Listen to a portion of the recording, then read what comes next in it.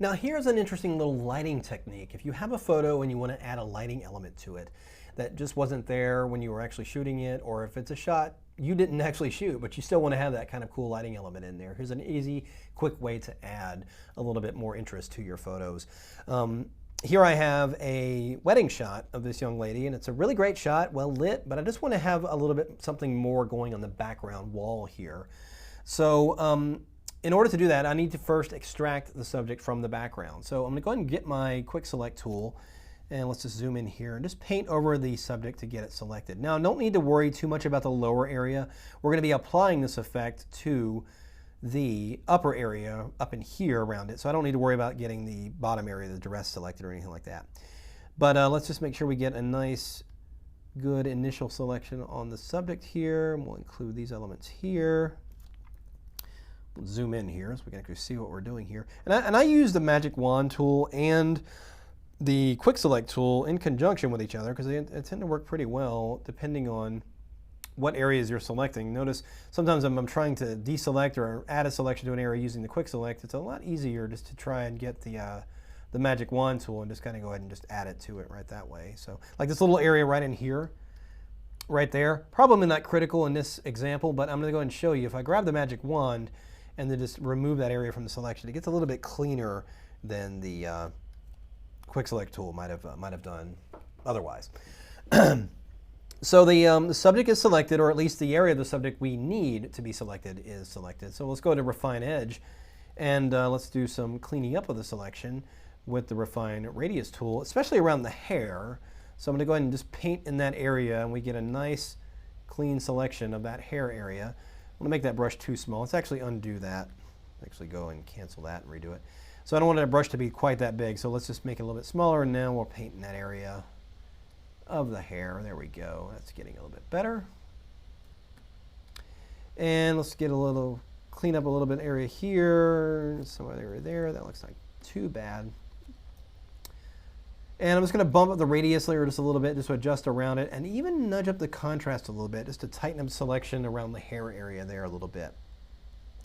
But then I'm going to go ahead and make this on a new layer. We'll go ahead and click OK, and then when you do that, it automatically turns off the background layer. So it's a matter of turning that layer back on, and it looks like the original image again, but we've actually got our subject on its own background, or on its own layer. So I'm going to go ahead and create a new blank layer and make sure that it's positioned between this layer and the background layer, right, as you can see right here. Notice I had the background layer, or the extracted layer selected. If you just hold down the Command key and click on the new layer icon, it automatically will throw that layer underneath the active layer, whereas by default it normally puts it on top of the active layer. But what I'm going to do now is go ahead and get my rectangular marquee tool and just draw a long, narrow selection like this, and go ahead and fill it with white like that. Now, while that shape is still selected, we're going to do a little bit of a step and repeat here to get a kind of repeating pattern.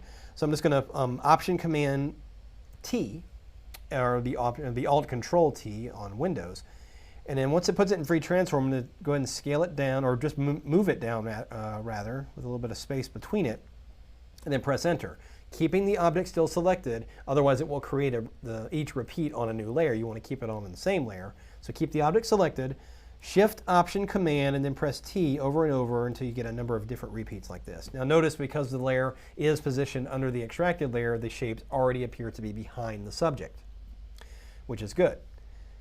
But now what I want to do is distort this shape. So I want it to look like it's like maybe like lights going through some blinds or something like that on the back wall there.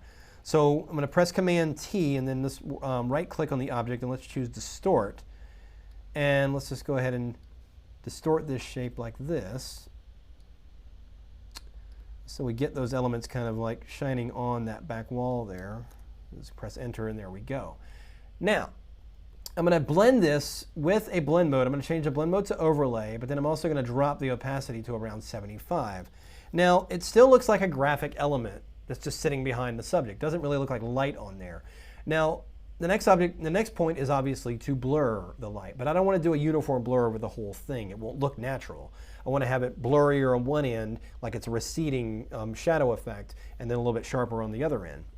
So I'm going to do that using a quick mask gradient selection. So I'm going to go ahead and press Q on my keyboard just to put myself in quick mask mode, and then I'll select the gradient tool and a linear gradient, foreground to transparent with black set as the foreground color. And I'm just going to draw my gradient in from the left side over this way like that. Actually, let's make it a radial gradient. Just kind of draw it in like that. There we go. So I'm going to do it a couple of times just to make the gradient a little bit more dense. Now the red overlay is our visual aid that we're in quick mask mode, and it's showing us the area that it's covering. I might add a little bit more at the top up here. So now I'm just going to press Q and go back to the selected, to the selection, and then we'll go to the blur menu, or go to filter, go to blur, and do Gaussian blur, and let's increase the amount quite a bit here. So notice what the blur is doing now as I get higher. It's getting it much more blurrier on this end and not so blurrier on this end down here, which is giving me exactly what I want. There we go. So about 25-ish around there looks pretty good.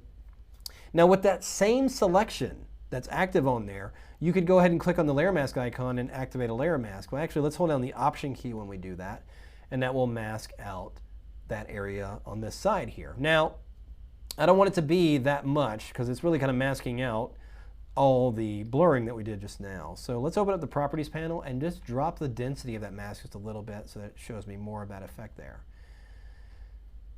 So now, the other end of these shapes is still very sharp. They didn't get any blurring at all, and I don't want them to be that sharp. So now I am going to put a global blur on it, but not nearly as much as I did before. Let's do about a 5 pixel, maybe a little bit more. Let's do about a 7 pixel blur. And that looks pretty good. Now on that layer mask, I'm also going to go ahead and just add a little bit of layer masking on this side here, just to kind of dial down that effect. And you can also, remember, dial down the layer opacity if you want a little bit. But there we have our light effect on the back wall of our subject. Now you've probably seen this technique before, but you've probably, had to paint around the subject because you didn't have to extract it or something like that. But extracting it certainly gives you a little bit more flexibility in that you can apply the shape and then move it around and do whatever you want to it. But just a quick and easy tip for adding a little bit of a light element to a photo that was otherwise lacking something in the background element there. It's not too much work, just adds a little something in no time at all.